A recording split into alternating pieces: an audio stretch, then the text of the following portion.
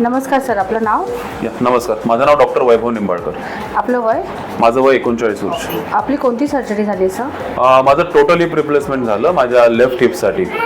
आपण प्रोफेशनली काय करता सर? मी डॉक्टर आणि स्वतः एक ऑर्थोपेडिक सर्जन आहे. ओके. आपल्याला सर्जरी पूर्वी काय त्रास होत होता सर? मला कोविड नंतर हा त्रास चालू झाला होता. आपण एव्हीएन म्हणतो त्याला, अवस्क्युलर नेक्रोसिस.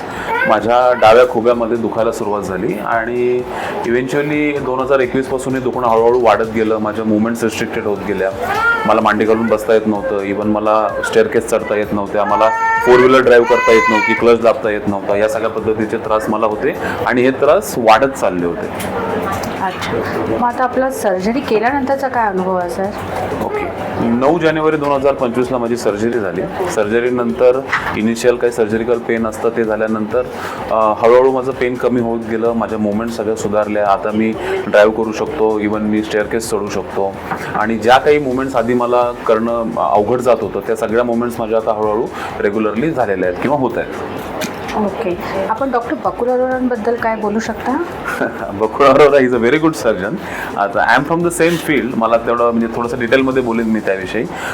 माझा अनुभव असा आहे की सर्जरीनंतर पण जी काही माझी केअर घेतली गेली, post surgical care, pen management specially, it was so beautiful की मला काही जाणवलंच नाही की माझं एवढं मोठं ऑपरेशन झालं आहे वगैरे वगैरे.